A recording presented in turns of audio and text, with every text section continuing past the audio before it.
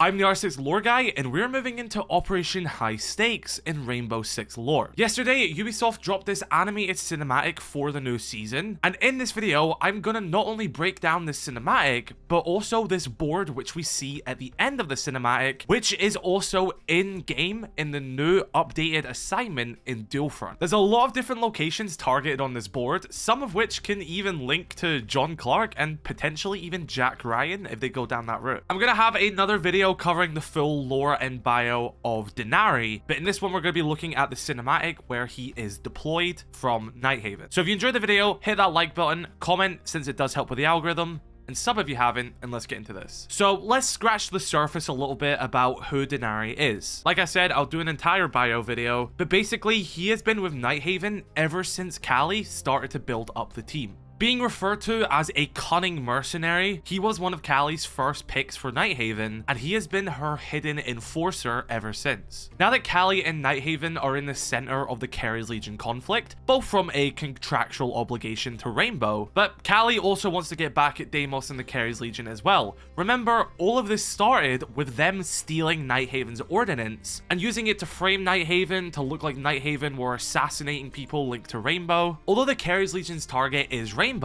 they have been messing with Nighthaven too. So we learn in the battle pass for Operation Daybreak, when Callie was talking to Pulse, that now that this massive operation which is taking place in Detroit, which we can play in Duelfront, she doesn't want to take any chances, she wants to get this job done, and she's bringing in one of her best men from the shadows. That is now where Denari has been deployed as Nighthaven's agent on the field here, and in the cinematic we get to see him alongside Rainbow's Maestro, attempting to initiate a hack to prevent any further development of the Keres Legion's 3D printed explosives, the same ones they used at Hereford base. Well, how did we get to this point? So after the Keres Legion infiltrated Rainbow's recruits and planted their own soldiers, initiating the assault of Hereford base, they would kidnap Dokkaebi. Sometime before this, her and Skopos were able to infiltrate one of the Keres Legion safe houses in Greece, and Dokkaebi was able to extract a bunch of information from the Keres Legion's database. Dokkaebi is one of the most intelligent people on Rainbow, and the Keres Legion wanted to have a word with her. Now, after following different leads, Rainbow and Nighthaven were able to track a company known as Polaris, who were seemingly linked to the Keres Legion after they were moving Polaris ordnance, and this led them to Detroit, where Polaris's headquarters are. Raura and Solus would infiltrate this HQ, where it would be swarming with Keres soldiers. They would also come in contact with Phobos as well, who has stepped up his role in the Keres Legion ever since Deimos was captured by Rainbow.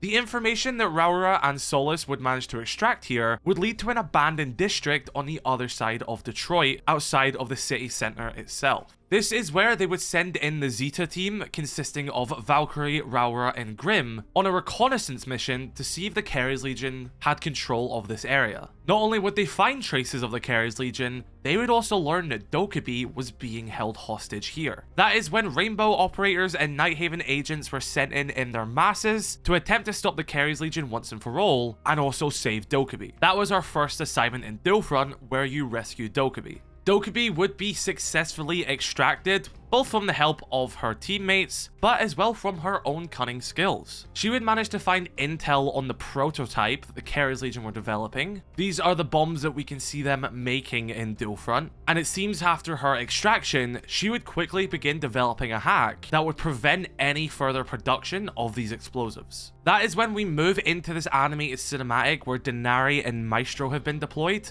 using a brand new hack developed by Dokkaebi, and as well as this, that is the new updated assignment in Duelfront itself. So here is the animated cinematic. If you've already seen it, I'll have a timestamp so you can skip it, where we're going to break it down, as well as the board at the end. Ready to sabotage the prototype. How long until the disruption code is no good? Under a minute. If we do this, the Keres Legion can't produce more custom explosives. Did you hear that, Denari? We need that code. I heard. I'm on it.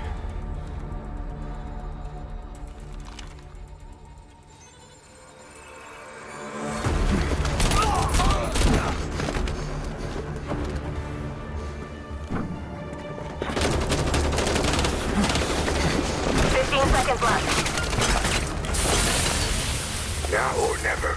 Good luck, mi amigo.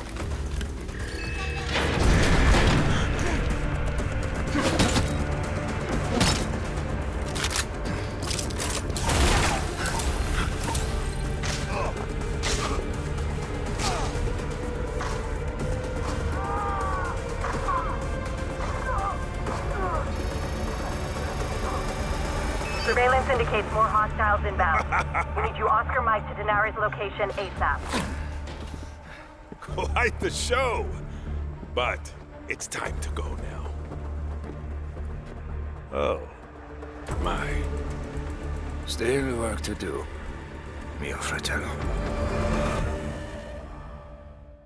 So in this, we hear Maestro in contact with Epsilon, who is our intel officer for this mission in Detroit, and they don't have a lot of time to upload this code before it becomes useless. Now, something which is a nice little detail in this cinematic is that both Maestro and Denari refer to each other as my friend and my brother in Italian. With Italian being one of the 4 national languages of Switzerland, I think that was a really nice detail to have him paired with an Italian operator. Now, the room they are in is the same one which we do see in the updated assignment, which you can play in dual front starting in Operation High Stakes. It's a really fun one. Due to the code being sent in, which you can actually see your character doing when you initiate it, the doors close and lock the room. The same thing which happens in the cinematic.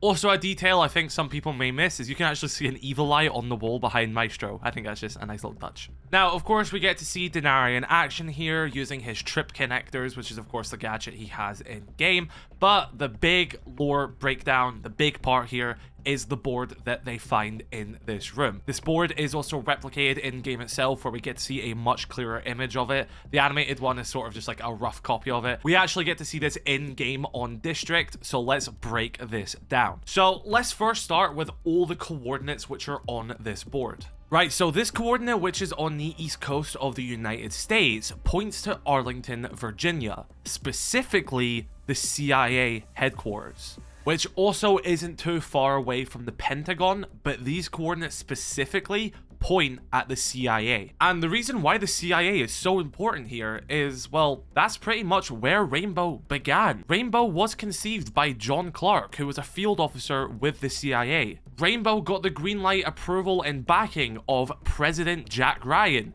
who was once with the CIA. The first ever operator who John Clark recruited for Rainbow was his son-in-law, Domingo Chavez, who worked for the CIA. The idea and origins of Rainbow all stem from the CIA. So having their headquarters be on this board for the Keres Legion, I don't know. I know John Clark and Jack Ryan would be very old at this time, but the CIA as an organization is one of the most relevant and connected bodies of authority to Rainbow throughout its entire history. So when I saw these coordinates and saw that it was the CIA headquarters, I immediately just thought of Rainbow's roots. Maybe they are simply just targeting the CIA because, I mean, the CIA is something that you would target if you're the Keres Legion, but I wonder if it does have any more ties to past Rainbow. Right, moving down to South America, this next coordinate points to the capital of Brazil, Brasilia. I can't necessarily think of a tie the same way I could with the CIA, but a big thing here is that this is a capital city.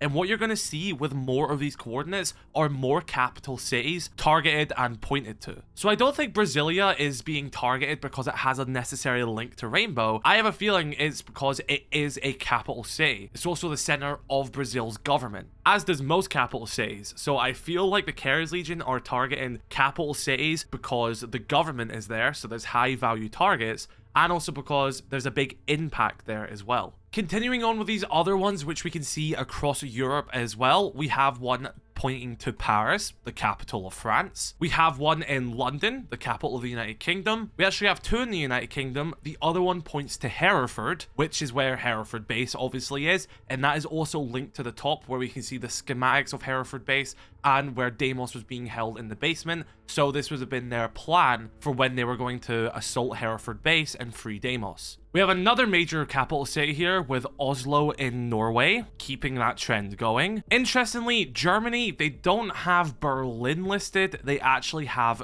Munich listed. Still a major city, but not the capital. I have a small feeling that this one may be a little bit of an outside of universe reference due to the fact that the next siege event is this November in Munich. So I have a feeling maybe that's just a little, you know, Easter egg for the fact that we're going to a Munich major in real life soon. Maybe that's not the case. Maybe there is a true reason for Munich, but that's the only reason I can think why Germany doesn't have its capital city listed. Moving over to Russia, we have Moscow, which is of course the capital of Russia. And may I add, that is also where the map Cafe Dostoevsky is set as well. Which, assuming based on previous trends of how the lore has been establishing some of the maps in the game, Cafe Dostoevsky is a rainbow operated dark site. Unless they say otherwise in the lore, I'm going to assume it's going to be like that. The same way that Tower is a dark site, the same way that Emerald Plains is a site. I'm going to assume that's the same case with Cafe as well. Now moving outside of Europe, the coordinates below the Moscow one points to Shanghai in China. This also isn't the capital of China, that is Beijing. However, Shanghai is still an absolute massive city. Again, still a massive target. Right, moving over to the 3 other coordinates in Asia, the first one points to Tel Aviv in Israel. And once again, it is still targeting a capital city where the government is based. Next is Riyadh, the capital of Saudi Arabia. The Keres Legion again targeting capital cities where governments are based. They are going for world leaders. They are going for superpowers.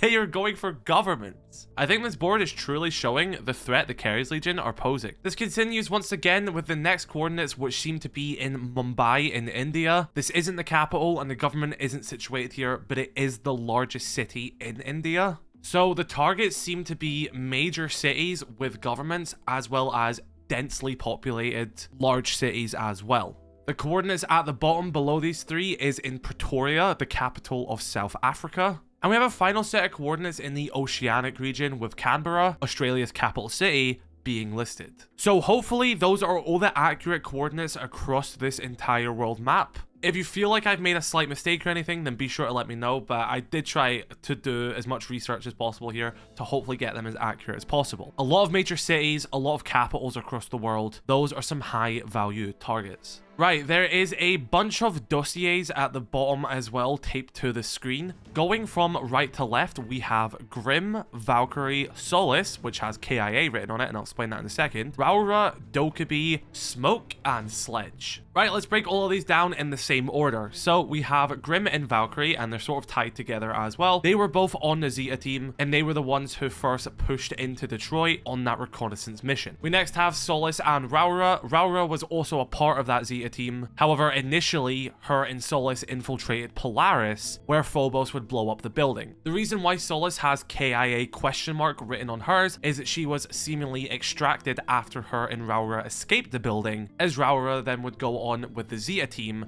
Therefore, the Keres Legion knew she was still alive. But because Solace then got extracted, because we know she's still alive, as she was talking about the Las Vegas Convention Center being on the Keres Legion's list in the Battle Pass for Daybreak. So that was information she was looking at after they then left that mission. But from the Keres Legion's perspective, they never saw Solace again after she escaped that building, hence why they don't know if she's alive or not. But Raura showed her face again, therefore they knew that she wasn't KIA. We even get confirmation of that where we see the little image of them where it says Raura is on site, and then with Solace it still has that KIA. This would also make sense because this probably would have been not long after the Zeta team pushed in. Of course, we have the dossier on Dokkaebi. It says above as well that she is a security threat, showing how important it was that they captured her, but they have messed up and allowed her to fall back into Rainbow's hands. Dokkaebi does seem to be one of the Keres Legion's biggest threats. The final 2 are Sledge and Smoke. They were on the mission where Rainbow discovered that Keres Legion were moving Polaris ordnance, hence why they would then start to investigate Polaris. Nook was on that mission as well, but you can kind of see her blurred in the back from a little faint image as well. And sort of moving on from the dossiers as we look in the middle, where we do see Polaris, we see the woman from the Y10S3 cinematic, the Ella and Zofia rescued in Poland. Now, I originally thought that she was the American ambassador to Poland based off of the information which Dokkaebi and Scopos extracted from the Keres Legion server. One of the things it seemingly did say was like the American embassy in Poland. So then when we see that in the Y10S3 cinematic, that Ella and Zofia were in that city. So then I assumed that she was the American ambassador to Poland. Now, this still could have links to like the embassy and stuff like that, and she could well still be the ambassador, but the fact that she's linked to Polaris makes me feel like I was maybe a bit wrong on that theory. And also worth noting that Polaris's headquarters is linked here because this sort of zoomed in map on the left is Detroit, and we're going to break that down in a second, but the blue link going from Polaris to there is seemingly the HQ which we see Raura and Solace enter. But there is a blue string being used here. What does the blue string represent? I don't know. Does it mean that they're an ally? Are Polaris good? Are they bad? Are they a front for the Keres Legion? We don't know yet. Who is this woman truly? I thought we knew it, but this has just completely wiped out any idea I had. This is leaving more questions. On the left as well, we can see we have Striker and Sentry recruits with double agents listed on them, implying that, yeah, the Keres Legion did have double agents infiltrated in Rainbow's ranks. That was one of the big things with the assault of Hereford base. Right, now looking at this broader map of Detroit, we can see that there are 5 different bombs all around the city. This could either mean that these places are being bombed and like targeted, or this is where the production of bombs are. I'm more so leaning that this may be targets because if we look at the Hereford base schematics to the right, we can see the same image of a bomb is being used. And we all know that those bombs were being used for destruction. To the west of the city, we have a place known as Arison Memorial U. Now, I've looked over the map of Detroit. I can't really find anything similar to this in real life. This is in the Plymouth area. If you're British, by the way, there's a lot of places in the US which are just the name of places in the UK. So this area of Detroit is Plymouth. And we also have some images to go alongside of it. I don't know if like the U has been cut off and it's like full word is university. It does kind of look like a university building, but we also have a lot of schematics above it as well, which I believe is for the next location, which is in the Southfield area, just east of Farmington. Again, in real life, not really many key locations I can see here. I may miss stuff. There's like a medical center and stuff like that. Could that be what this place on the map is here? That map looks quite like Bartlett, but we know that Bartlett isn't in Detroit. That's meant to be in Massachusetts. But it seems like a lot of schematics and stuff, and a lot of stuff is linked to this area, and there's like 2 people at the top who I can't really make out. I don't think they're anyone we know yet. The one on the left kind of looks like that one JD Vance meme. But the one above it, which isn't too far off, is in the Birmingham area. Yeah, you see what I mean? A lot of places are named after British places. But I believe this is district. I could be wrong here, but that image does look like the dual front map. So if I'm not wrong, I believe this one at the top is district, and that is where our operators currently are. This next location to the right of that, where it says New Horizons and mentions a high value target, which is this man we can see in the photo, and this is in an eastern area of Detroit known as Fraser. But yeah, this mentions a company known as New Horizon, which I don't know, maybe it's just because it's a similar name, but it does give me vibes of the Horizon Corporation from the original Rainbow Six game and the original book, which were the main antagonistic group.